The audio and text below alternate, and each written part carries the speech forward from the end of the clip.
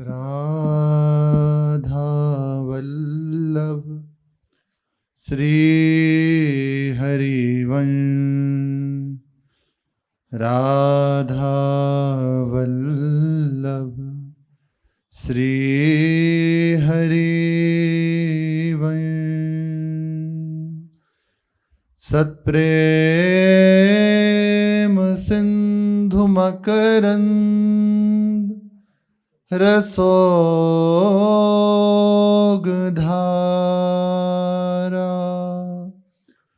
सारा नजश्रमभिता स्रवदाश्रितेषु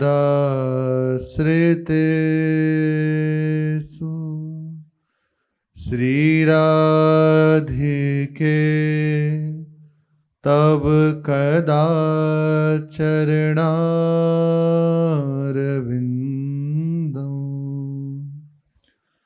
गोविंद जीवन धनो शिरसा वहामि गोविंद जीवन धनो शिरसा वहामि।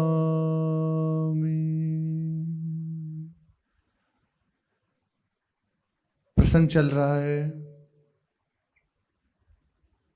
श्री भक्त मुरारी जी का।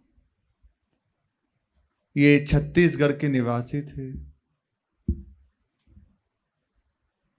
इनकी माता जी ने बाल्यकाल से इनके अंदर ऐसे भक्ति के संस्कार डाल दिए, उठते बैठते खाते पीते हर समय बस प्रभु की लीलाओं को गुनगुनाते रहते। बड़ा प्रभाव पड़ता है। माता पिता संस्कारी हों, उनका प्रभाव पुत्र पर बहुत ज्यादा पड़ता है। उन्हीं के आचरण पुत्र देखता है, उनके बालक देखते हैं और वैसे ही आचरण से वे युक्त हो जाते हैं। यदि माता पिता भागवतिक हैं तो सहज में बालक को भक्ति के संस्कार प्राप्त होते हैं। उठते बैठते उन्हें भक्ति की ही शिक्षा प्राप्त होती रहती है।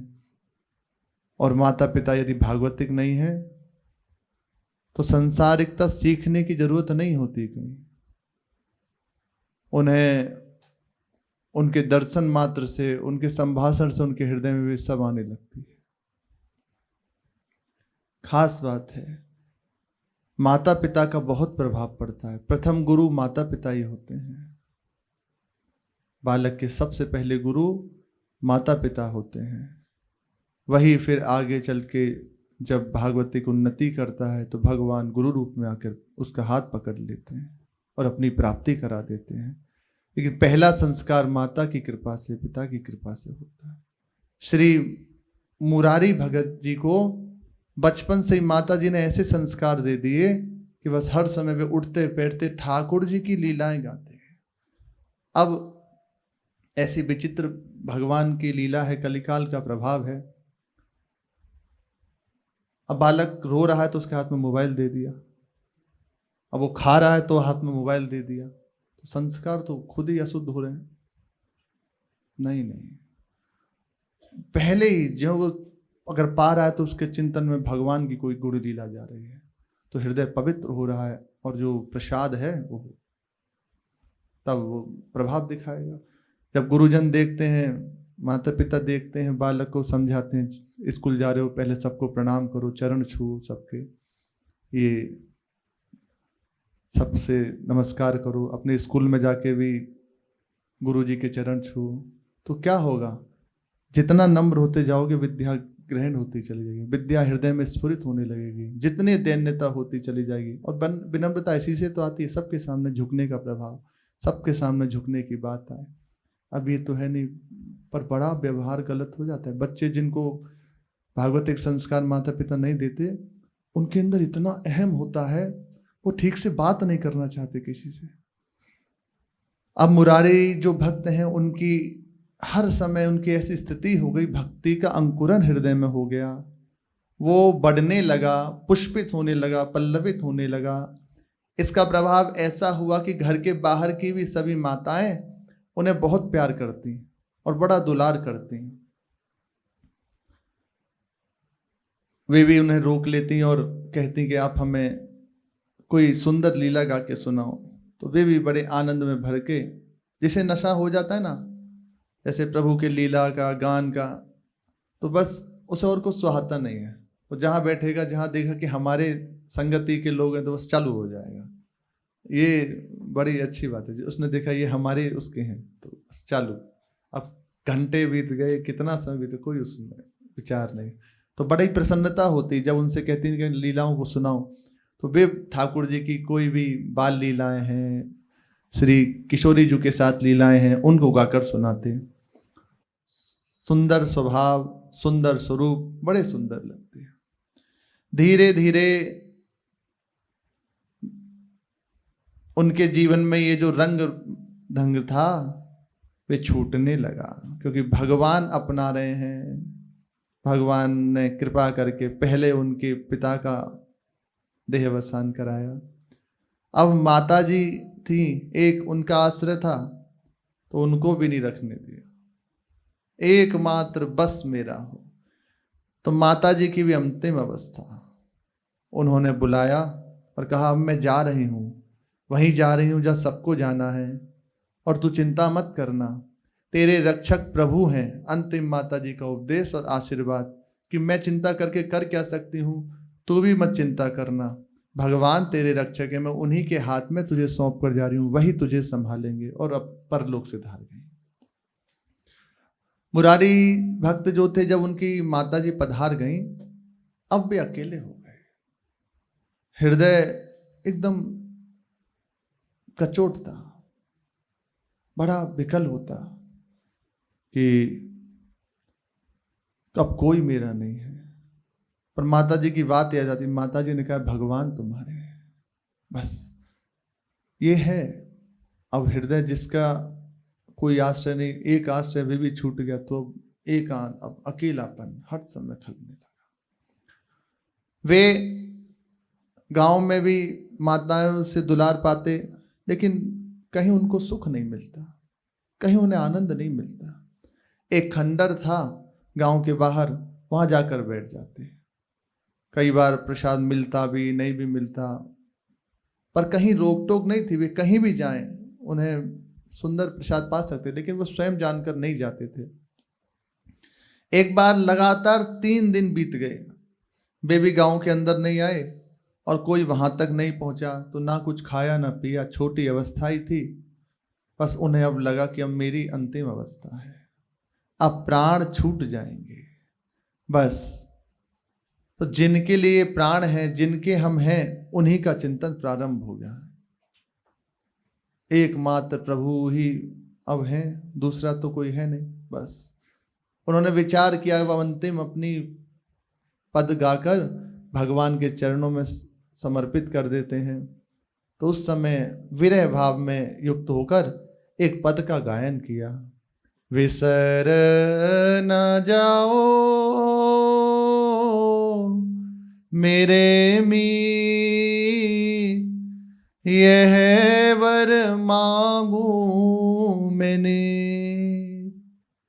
ये बड़ी अद्भुत बात है। हम आपको याद कर सकें इतना बल नहीं है। आप ही कृपा ऐसा कर दीजिए कि मैं आपको भूलूं नहीं। श्री ध्रुवदास जी कह रहे हैं, बिसरियों ना ही बिसारियों। मैं आपको भूलूं ना, और आपका हूं, आप भी ये बात मत भूलिएगा। बिसर न जाओ, कहीं मैं आपको भूल ना जाऊं। प्रभु यही आपसे वरदान मांगता हूं, और कुछ नहीं चाहिए।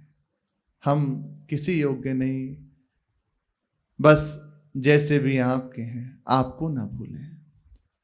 मैं मतिमंद कछु नहीं जानू, नहीं कुछ तुम संग ही, बाह गहे की लाज है तुमको,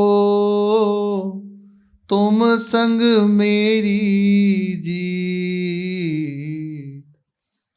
यह वर मांगू मैंने। मैं मंद भागी कुछ नहीं जानता, बस आप मेरे हैं, मैं आपका हूं, और कुछ नहीं जानता। बड़ा ये अद्भुत शब्द है। कोई प्रभु के सिवा अपना नहीं है। यदि कोई है तो उन्हीं से है, उनके सिवा कोई अपना नहीं है। उनकी कृपा करुणा अनंत है। बड़े कृपालु प्रभु हैं। हम प्रभु को अपना नाम मानकर जाने किस किस को अपना माने, इसलिए इस कृपा का अनुभव नहीं हो रहा। ये सत्य कहते हैं। गोस्वामी जी कहते हैं, उमा, भगवान शिव की बात लिख रहे हैं गोस्वामी जी महाराज, उमा राम सम हित जग माही, गुरु पितु मात बंधु को नाय। ये है तो इन्हीं से है, इनके सिवा नहीं, दूसरा कोई नहीं, कोई नहीं, कोई नहीं, केवल यही है। अगर इनसे आप बेलग हो, इनको छोड़कर आप किसी को पकड़ लो तो केवल क्लेश होगा। गुरु भी यदि भगवत संबंध से युक्त आपको नहीं करते, आपके हृदय में भगवत रति, भगवत विश्वास, भगवान के चरणों का आश्रय दृढ़ नहीं होता, तो निश्चित मानिए आपका हृदय क्लेशित रहेगा। और गुरुदेव का सीधा प्रहार होता है, इसके समस्त बंधन टूट जाएं, इसके सारी ममता आसक्ति छूट के एकमात्र भरोसा बस प्रियाजू का हो जाए, बस श्री जी का हो जाए, बस अपने आराध्य देव का हो जाए। उनकी प्रत्येक चेष्टा यही होती है, हम में भी बाहर से ये ना फंसे। जहाँ पूर्ण मति है वहाँ जाके स्थापित हो जाए, जो निज स्वरूप है उनका वहाँ ये स्थापित हो जाए, अन्य नहीं। जब तक वे ऐसा नहीं करते थे तब तक चैन नहीं लेते, अंदर से बाहर से वो इतनी बेचैनी कर देते हैं, वो विश्राम प्राप्त नहीं कर सकता। और प्रभु को आप भूल के आप कुछ भी कहीं भी इधर उधर पकड़ो, देखो हृदय एक जलन से युक्त रहेगा, वो जलता रहेगा। लेकिन जहां हृदय में आगे न बात कर, एक भरोसा, एक बल, एक आस विश्वास, केवल श्यामा श्याम, बस अब हो गई। अब आपके हृदय में चिंता, शोक ये आपको जला नहीं सकते। अब आपका हृदय क्लेशित नहीं हो सकता, आनंद मग्न रहोगे। तो भगवान महामहिमा में है। भगवान कृपा करें, हमें उनके चरणों में विश्वास हो जाए, उनके सिवा हमारा कोई ना रहे, ऐसी भगवान कृपा करें। बस हृदय में केवल वही रह जाए, केवल वही रह जाए। सब कुछ है, घर है, परिवार है, सब संबंधी भी हैं, लेकिन भरोसा, अपनापन, ममता, आसक्ति, प्रेम केवल प्रभु से, कहीं और नहीं है, कहीं और नहीं है। तो जीत गया, जीत गया। आपके सिवा मैं कुछ नहीं जानता, आप ही से मेरा हित है। प्रभु आपने कृपा करके मेरी बाह पकड़ी है, तो बस आप ही मुझे जिता सकते हैं, आप ही से मेरी जीत है, और कोई उपाय नहीं है। तुम रीझो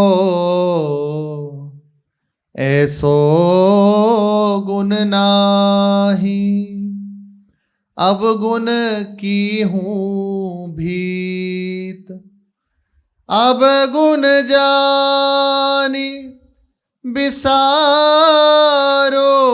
जीवन, होंगी मैं बहुत फजीत, बिसर न जाओ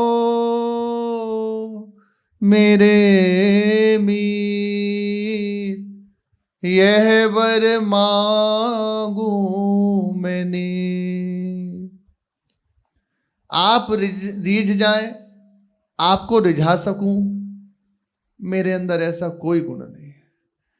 लेकिन मैंने सुना है आप गुण से रीझते हो,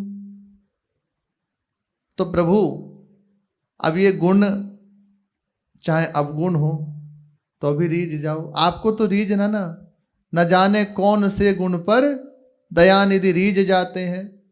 तो मेरे हृदय में अवगुण ही भरे हुए, तो अवगुणों से रीझ जाओ, हमारे अवगुणों से रीझ जाओ। वे गुण हम कहाँ से लाएं जो आप प्रसन्न होते हैं, जिससे आप रीझते हैं? हमारे हृदय के अवगुणों से रीझ जाओ। सच्ची ऐसा प्रभु से कहो। प्रभु बड़े कृपालु हैं। तो वो देखेंगे अच्छा हमें रिझाना चाहता है, हमें प्रसन्न करना चाहता है। तो किस बात से रीझ जाए कोई पता ना जाने कौन से गुण पर। गुण है, अब वो अवगुण हो या सद्गुण हो, ये बात नहीं कही, कौन से गुण पर। अवगुणों पे रीझ जाते हैं, अवगुणों पे रीझ जाते हैं। अब कोई ऐसा गुण थोड़ी जो इस मार्ग में आते उनके चरणों का आश्रय लेते, ना जाने कैसे कैसे कृत्य कहाँ कहाँ से भटकते हुए कौन कौन से कर्म किए, लेकिन कृपा हो गई, अवगुणों पे रीझ गए, अपने चरणों का आश्रय दे दिया, अपने मार्ग में चला रहे हैं, अपनी प्राप्ति की बात दे रहे हैं, अपने लिए व्याकुलता दे रहे हैं, अपना भरोसा दे रहे हैं। ये कैसे? रीझ गए, अवगुणों पे रीझ गए, देख लिया किसी योग्य नहीं है, कोई इसका निर्वाह नहीं कर सकता, बस रीझ गए, इससे रीझ गए। बड़े करुणा में प्रभु है। मैं अवगुण की भीत हूं, दीवाल हूं, मेरा हृदय अवगुण से भरा हुआ है। यदि प्रभु आप सोचो कि ये अवगुण ही है, इसके अंदर वो गुण नहीं है जिससे हम प्रसन्न होते हैं, तो प्रभु हमारे जीवन का बड़ा फजीता हो जाएगा और आपकी बदनामी हो जाएगी। क्योंकि आपकी शरण होकर भी अब मेरे फजीते हो, माया हमारी दुर्गति करे, तो प्रभु इसमें उपहास आपका है, मेरा नहीं। इसलिए अब आप देख लीजिए, अवगुण जानकर मेरे हृदय में कहीं मेरा विस्मरण मत कीजिएगा, कहीं मुझे त्यागिएगा मत। मेरे दृढ़ भरोस जिए में तजी हो न मोहन प्रीत, जन अब गुण प्रभु मानत नाही, यह पूरब की रीत। संबल मिल गया। जन अवगुण प्रभु मान न काहू, दीन बंधु अति मृदुल स्वभाव। हमारे प्रभु अपने जन के अवगुण देखते ही नहीं है। अवगुण करे समुद्र सम, गनत न अपनो जान। ये मेरा है, इसने ऐसी गलती कर दी समुद्र के समान, तब भी प्रभु देखते ही नहीं है, हमारी श्री जी देखती नहीं, ये बस मेरा है, ये देखती है। अगर कोई कहे कि प्रभु ये तो बहुत अपराध करता है, बहुत गलती करता है, तो प्रभु स्वीकार करते हैं मेरी गलती है, क्योंकि मैं नहीं संभाल पाया। मैं संभालता तो इससे गलती होती नहीं। ये तो मेरी शरण में आ गया, अब भी ऐसा नहीं, ये मेरी चूक है। भगवान उसे अपने ऊपर ले लेते हैं। अगर दंड देना है तो मुझे दो। स्वयं प्रभु, एक प्रसंग आता है, श्री विभीषण जी भगवान का दर्शन करने के लिए आ रहे थे लंका से। ये भक्तमाल जी में प्रसंग आता है। तो रास्ते में किसी कारणवश उनके रथ से एक ब्राह्मण का शरीर पूरा हो गया, उसकी मृत्यु हो गई। अब जो वहां के जो विप्रजन थे, उन्होंने विभीषण जी को बांध लिया और बहुत तरह से उन्हें त्रास दिया, बहुत क्लेश दिया, मारने का प्रयास किया, पर विभीषण जी की मृत्यु नहीं हुई। फिर उन्हें भूमि के अंदर के कक्ष में बंद कर दिया, नाना प्रकार की प्रताड़ना देकर। इधर जब विभीषण जी के हृदय में कष्ट हुआ तो बस अपने प्रभु की याद करी, भगवान को सहन नहीं हुआ। तत्काल रथ में बैठकर और उसी दिशा की ओर चल पड़े जहां विभीषण जी बंधे हुए हैं। वहां जाकर सब जो विप्रजन थे उनसे मिले और कहा कि वे कहाँ हैं। तब उन्होंने कहा, प्रभु वे तो वध के अधिकारी हैं, उन्होंने इतना बड़ा अपराध कर दिया और ऐसा ऐसा। तो श्री भगवान के वचन है कि यदि विप्रजन आपको यदि दंड देना है तो मुझे दीजिए, क्योंकि विभीषण मेरा दास है, उसका चूक मेरी चूक है। और रही बात विभीषण के वध की, तो उसका वध नहीं हो सकता, उसे मैंने एक कल्प की आयु दी है, उसका वध नहीं हो सकता। आप मुझे दंड दीजिए, मैं आपके सामने प्रस्तुत हूँ। सब विप्रजन बोले प्रभु हम अपनी चूक मानते हैं कि आपके दास को हमने कष्ट दिया। तत्काल विभीषण जी को बंधन मुक्त किया और प्रभु के चरणों में समर्पित कर दिया। विभीषण जी भगवान के इस भक्त वत्सलता शरणागत वत्सलता पे प्रसन्न अत्यंत रीझ गए, उनके चरणों में लौट गए और नेत्रों से अश्रु बहाते बोले प्रभु ये बस आप ही कर सकते हैं, दूसरा कोई नहीं कर सकता। अपने जन का अपराध स्वयं अपने ऊपर लेते हैं, दूसरे को इसमें नहीं कहते कि उसने अपराध किया, स्वयं लेते हैं। यदि भगवान से कोई कहता है कि ये बहुत अपराध करता है तो भगवान कहते हैं मेरी गलती है, मैं इसे संभाल नहीं पाया, यदि दंड देना है तो मुझे ही दो। प्रभु हम ये जानते हैं आप अपने जनों के अवगुण नहीं देखते, ये पहले की रीति चली आ रही है, पूर्व से ये रीति चली आ रही है। मेरे हृदय में ये दृढ़ भरोसा है कि आप अपनी प्रीति को त्यागोगे नहीं। तजी हो न मोहन प्रीत, आपने जो मुझे अपनाया है आप मेरा विस्मरण नहीं करोगे, आप मुझे छोड़ोगे नहीं। यही एक बल है, आपको सत्य कहते हैं। इतना ही बल है कि हम कैसे भी सही अच्छे हैं बुरे हैं जो हैं अपने प्रभु के अपनी प्रियाजू के हैं, सब हमें त्याग दें, सब हमें धुतकारें, सब हमारा अपमान करें, लेकिन हमारी श्री जी हमें नहीं त्यागेंगी, हमारी श्री जी हमें निश्चित दुलार करेंगी, हमारी श्री जी हमें निश्चित कृपा करके मिलेंगी। बस इतना ही बल है। मेरे दृढ़ भरोस जिये में तजी हो न मोहन प्रीत। यद्यपि हम अवगुण की खान हैं, लेकिन हे महारानी जू इतना पता है कि आप त्यागोगी नहीं, आपने स्वीकार किया है, आप नहीं त्यागोगी। दीन बंधु अति मृदुल स्वभाव, गाऊं निस दिन गीत। प्रेम सखी समुझी नहीं ऊड़ी, एक भरोसो चित। बिसर न जाओ मेरे मीत, यह वर मांगू मैंने। दीन बंधु अति मृदुल स्वभाव, भगवान का स्वभाव दीन बंधु है, करुणा सिंधु है, अत्यंत मृदुल है, कृपा में है। अभी तो सुन रहे हैं कि जिस समय चित्त जुड़ेगा ना तो हृदय से आने लगेगी बात, प्रभु कितने कृपालु हैं, अनंत कल्याण गुणगर निलय है। इतना दुलार प्रभु अपने जनों को करते हैं, कृतार्थ कर देते हैं, कृतार्थ कर देते हैं। गोस्वामी जी महाराज कहते हैं कि बस प्रभु की कृपा से ही सब कुछ प्राप्त होता है। ऐसा भरोसा वही कृपा करके देते हैं, ऐसा स्वभाव कहूँ सुनो हूँ न देखी, है ही नहीं, है ही नहीं ऐसा। ऐसे प्रभु कृपालु हैं। और फिर वो जिनके गुणों में बिके हुए हैं, ऐसी महारानी जो जानती नहीं गलती क्या होती है, वे केवल ये देखती है मेरा है और बस दुलार करते हैं। प्रेम की मूर्ति है, प्रीति देव मूर्ति मति, रस सिंधु सार संपदी विमला। वैदग्धी नाम हृदय कांचन वृंदावनाधिकारिणी जयति। करुणा की मूर्ति है, कृपा की मूर्ति है।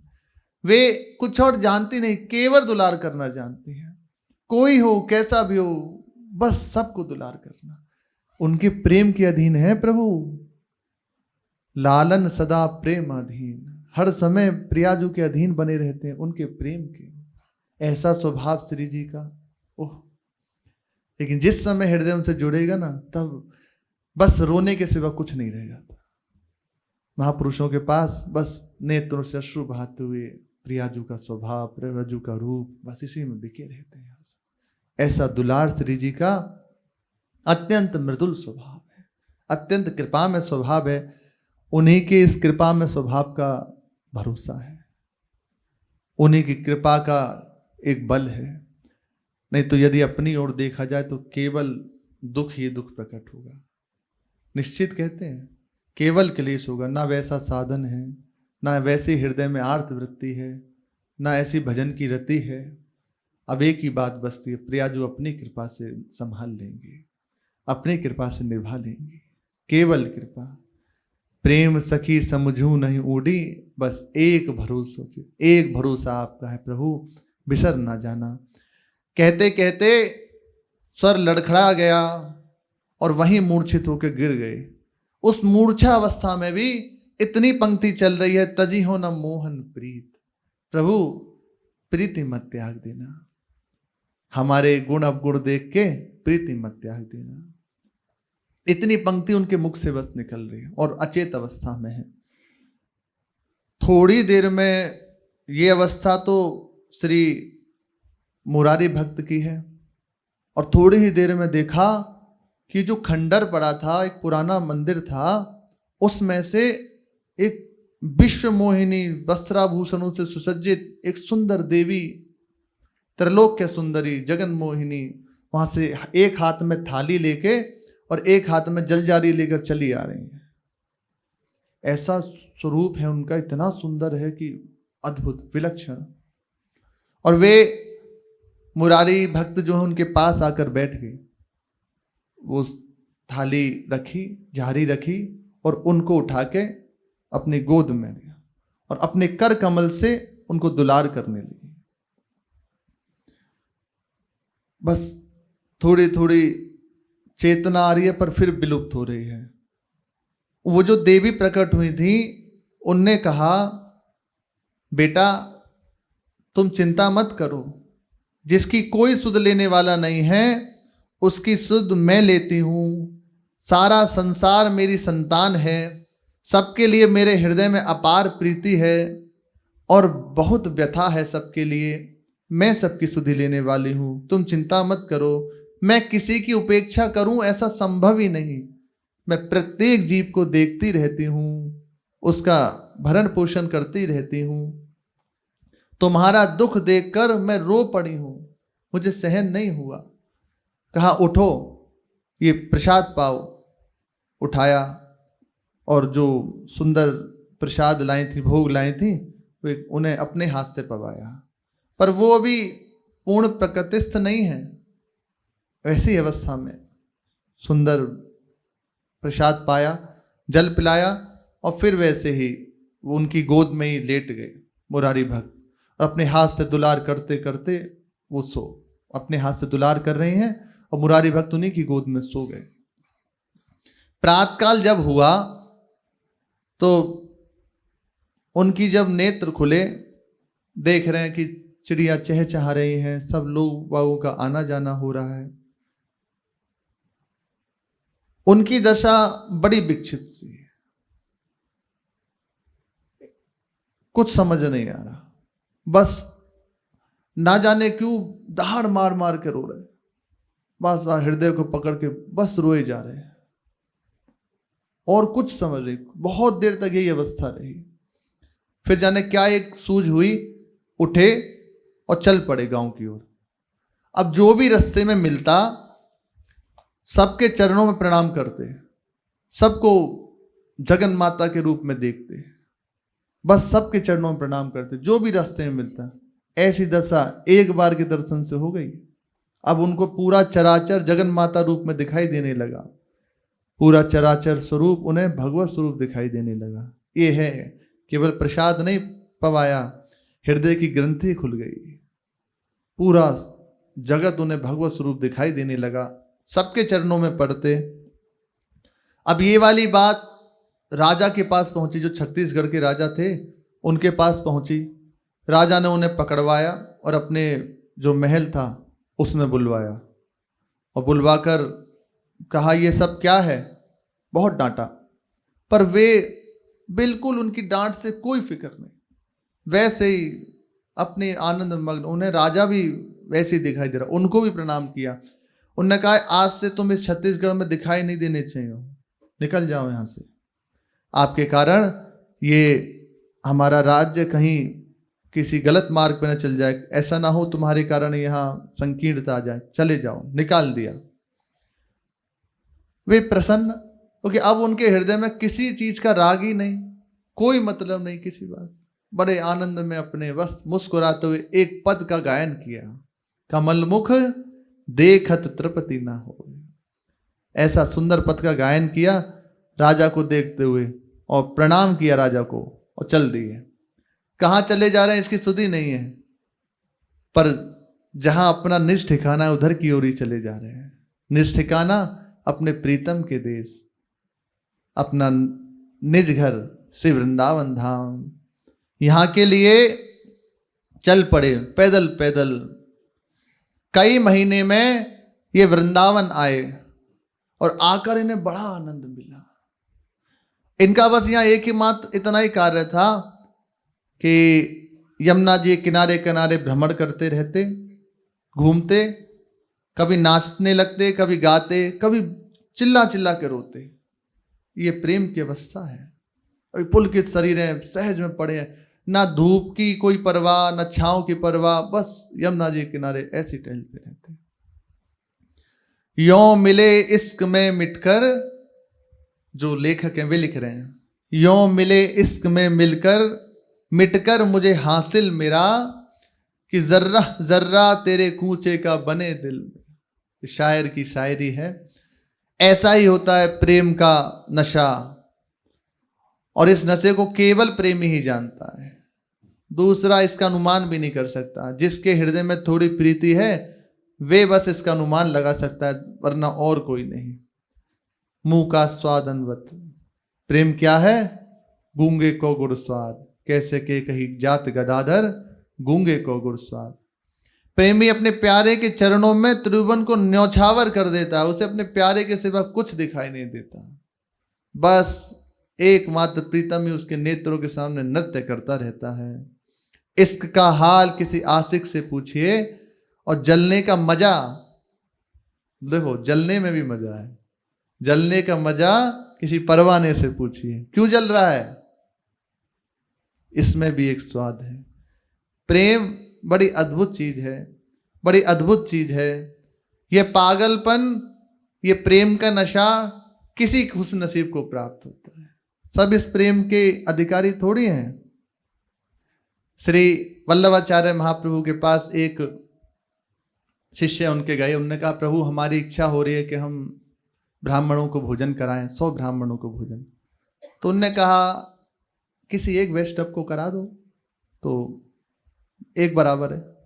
और उनके हृदय में बड़ा उत्साह हुआ। उन्होंने कहा तो प्रभु 100 वैष्णवों को कराते हैं। तो ठीक है, तो किसी एक प्रेमी को करा दो ना, इतनी बड़ी महिमा, तो 100 प्रेमियों को कराएंगे। अब रोने लगे। श्री वल्लभाचार्य जी के नेत्रों में आंसू आ गए और भाव एकदम गंभीर हो गया। उन्होंने कहा प्रभु क्या हुआ? बोले पागल, प्रेमी 150 थोड़ी होते हैं, अरे को एक आध कहीं मिल जाए मिल जाए। भगवान का प्रेमी अत्यंत दुर्लभ है। भगवान के प्रेम में पगा हुआ, अपने शरीर की सुधि बुद्धि भूला, कोई मिल जाए ये बड़ा दुर्लभ है। प्रेमी बाजार में थोड़ी मिलते हैं कि भीड़ लगी है प्रेमियों की। कोई प्रेमी की दृष्टि में सब पागल होते हैं, क्योंकि वो अपने आनंद में, और प्रेमी को सब पागल समझते हैं। उसकी दृष्टि में केवल अपने प्रभु को सिवा कुछ नहीं रहता, बस उन्हीं के सामने कभी गाता है, कभी रोता है, कभी नाचता है। यही दशा श्री मुरारी भक्त की है, उन्हें कोई परवाह नहीं।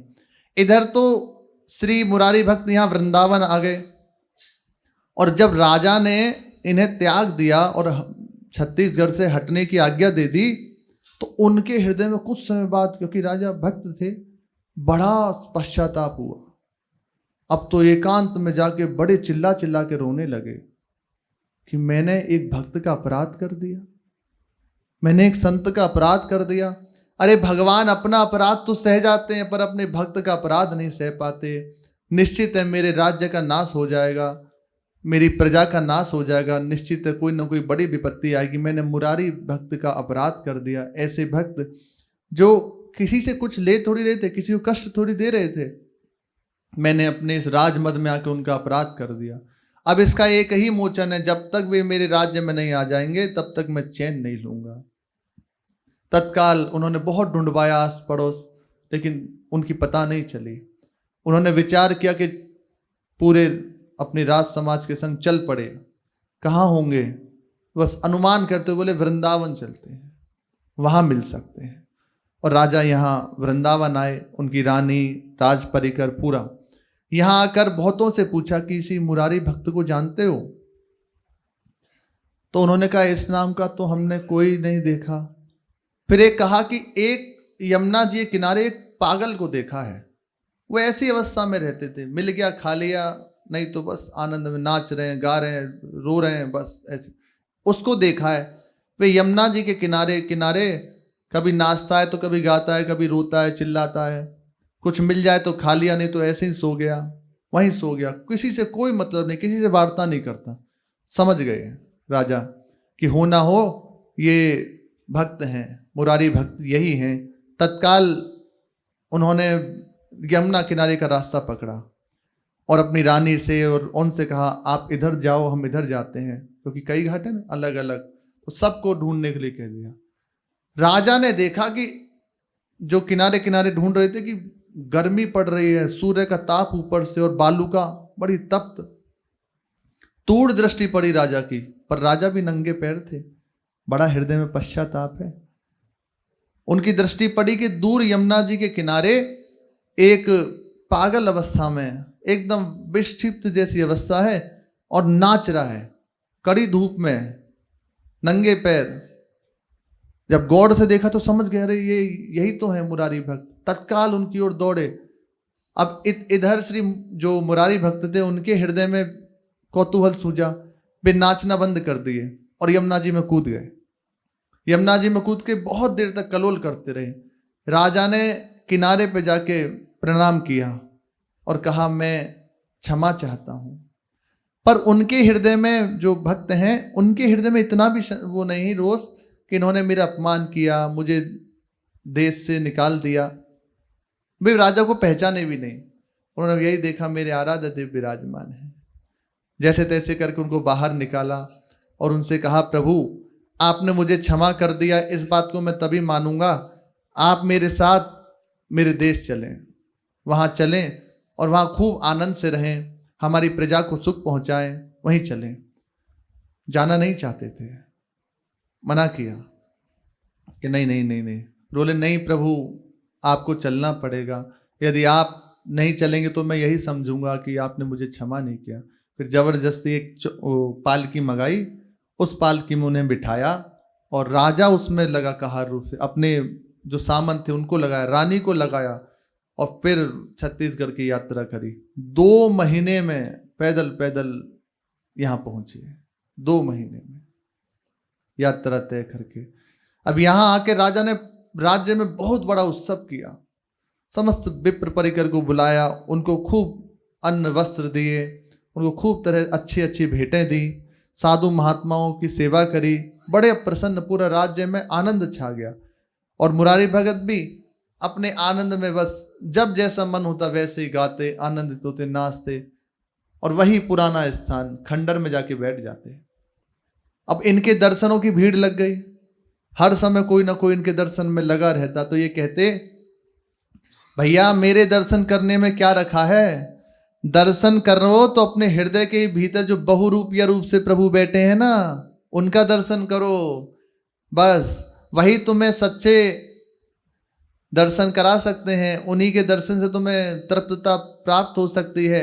वे बड़े दयालु हैं, वे बड़े कृपालु हैं, उनके जैसा कोई नहीं है, वे ही हैं, उन्हीं का दर्शन करो, अपने हृदय के भीतर झांको, अंतर्मुख हृदय में ही साक्षात्कार, अंतर की वृत्ति को देखो।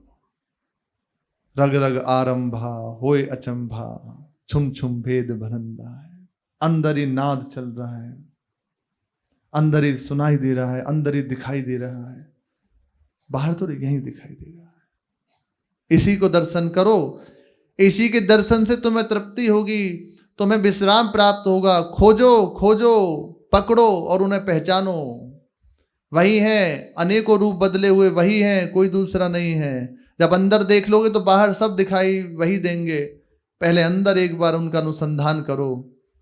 इतना कहा और बस बुरी तरह रोने लगे, बालक की तरह रोने लगे। एक दिन प्रातःकाल लोग दर्शन करने गए तो वहां देखा उनका कंथा रखा हुआ है, करवा रखा हुआ है, पर मुरारी भक्त नहीं है। बहुत खोजबीन करी उनकी, पर उनका कोई पता नहीं चला। फिर अपने प्रभु के पास चले गए, सशरीर चले गए भगवान के धाम। भगवान बड़े करुणा में हैं, कृपा करना स्वभाव है, वे कृपा के सिवा कुछ और कर ही नहीं सकते। देखो कितने कृपालु हैं कि असुरों को मार रहे हैं तो उनको परम पद दे रहे हैं। मारना भी उनकी कृपा है, मार के भी तार ही देते हैं। महामहिमाशाली कृपा है, बस उन्हीं का भरोसा, उन्हीं का बल। श्री भक्तों का चरित्र, संतों की सेवा, प्रभु की सेवा, हमारे हृदय में प्रभु के चरणों में अनन्य प्रीति, अनन्य भाव ये जागृत कर देता है। भक्तों के चरित्र श्रवण का यही हृदय में भाव है कि दृढ़ता हमें प्रभु के चरणों में आ जाए। एक भरोसो, एक बल, एक आस विश्वास, एक राम घनश्याम हिस, चातक तुलसीदास। शेष चर्चा आगे। श्री राधा वल्लभ लाल की जय।